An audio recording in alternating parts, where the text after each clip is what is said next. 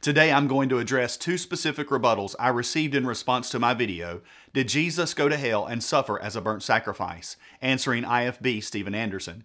I would like to say that both of these commenters were respectful and cordial. That's not often the case. And because of their objections being two of the biggest objections that are brought up when discussing this issue, I thought it best to answer these directly and with detailed analysis. If you like deep Bible studies, this is the video for you. Hello friends, I'm pastor and teacher Jonathan Burris. The goal of this channel is to help Christians stand tall in a fallen world. And if you haven't done so yet, please subscribe to the channel to help us grow and like this video so that YouTube will show it to more people. Now let's get started. The two issues we're going to look at are, number one, what about Acts 2:22 through 31?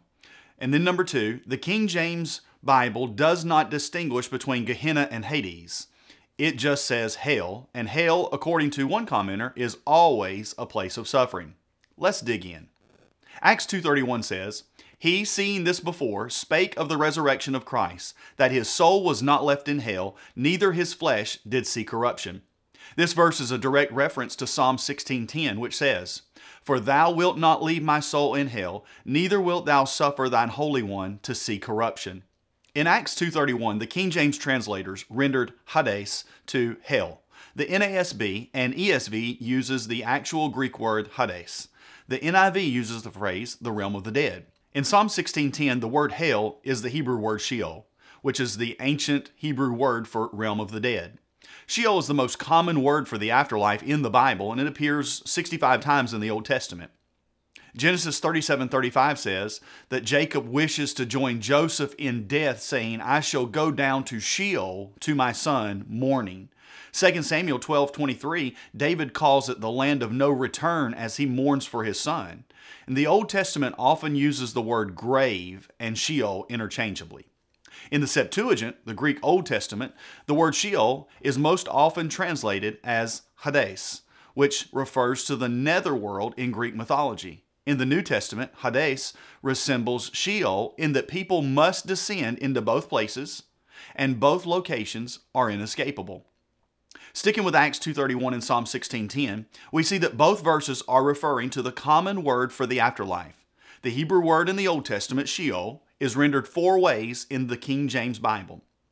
I emphasize that because this version is the only version acceptable to those who hold to the notion that Jesus went to a burning hell. Sheol occurs 65 times in the Hebrew Old Testament. It is rendered as hell 31 times. Grave or graves 29 times. The grave 2 times. And the pit 3 times. The clear point is that this same word Sheol has a generic meaning for the place of the dead beneath the earth. That generic place is either a place of rest or a place of judgment and torment depending on the context. Now let's compare a few verses to prove this. Genesis 37:35.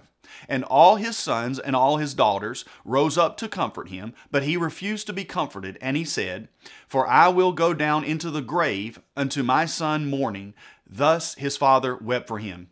The same word, Sheol, is used in this same context of Jacob dying as a result of the grief of losing Joseph in Genesis 42:38 and 44:29, and the possibility of losing Benjamin in Genesis 44:31.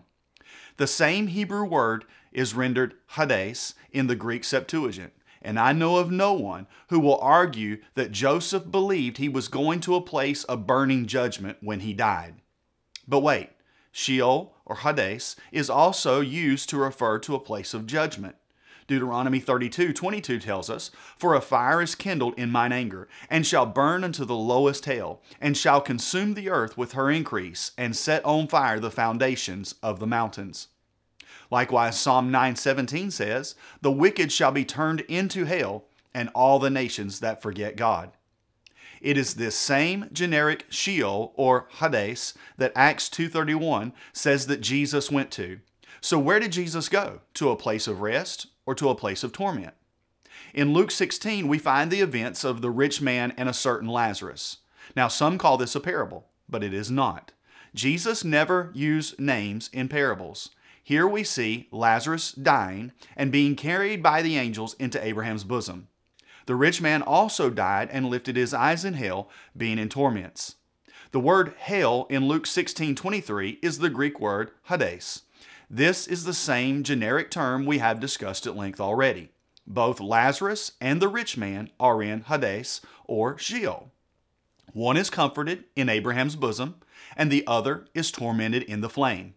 Luke 16:26 tells us, "And beside all this, between us and you there is a great gulf fixed, so that they which would pass from hence to you cannot, neither can they pass to us that would come from thence." Here we see a division of Hades by a great gulf, and no one may traverse between the place of comfort and the place of torment. So, having further established in both the Old Testament and in the New that Hades is a generic term referring to the realm of the dead, to where did Jesus go when Acts 2:31 says that his soul is not left in hell? We find the answer to that in Luke 23:43. "And Jesus said unto him, Verily I say unto thee, today shalt thou be with me in paradise." It's clear that Jesus was comforting this repentant and believing criminal. He was not telling him that he would be burning with him in just a short while. The Greek word for today in that verse literally means this day. Since this was not a figurative or eschatological word, we must conclude that Jesus was being literal when he told the believing thief that he would be with him in paradise that very day. Now, over the course of this video, we have exhaustively considered the meaning of Hades and its Hebrew equivalent Sheol. We have clearly demonstrated that it is a generic term referring to the realm of the dead, and that in its context, we may determine whether it means a place of rest or a place of torment. We've further shown that Jesus' teaching in Luke 16 and Luke 23 are consistent with our analysis. But if we continue on, we're given more information on where Jesus was and what he was doing between the cross and the resurrection. 1 Peter 3:19 says, "By which also he went and preached unto the spirits in prison." The word prison in the Greek is the word phylake, a prison, hence the place of confinement of the spirits of the dead. Remember earlier that I said Sheol or Hades was inescapable? Well, but Ephesians 4:8 says, "Wherefore he saith, when he ascended up on high, he led captivity captive and gave gifts unto men."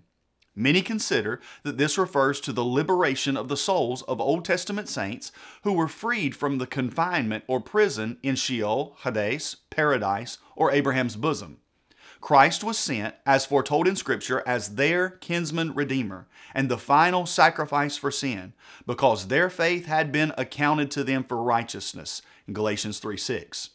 Friends, proper exegesis of the Scripture clearly reveals that Jesus did not burn or suffer in the same place as condemned sinners, but rather presented himself to those held captive in paradise, Abraham's bosom, Hades, or Sheol, who looked forward by faith to their kinsman redeemer, Yeshua HaMashiach. Thank you for studying with me. If this video was a help or a blessing to you, please hit the like button and make sure you're subscribed before you go.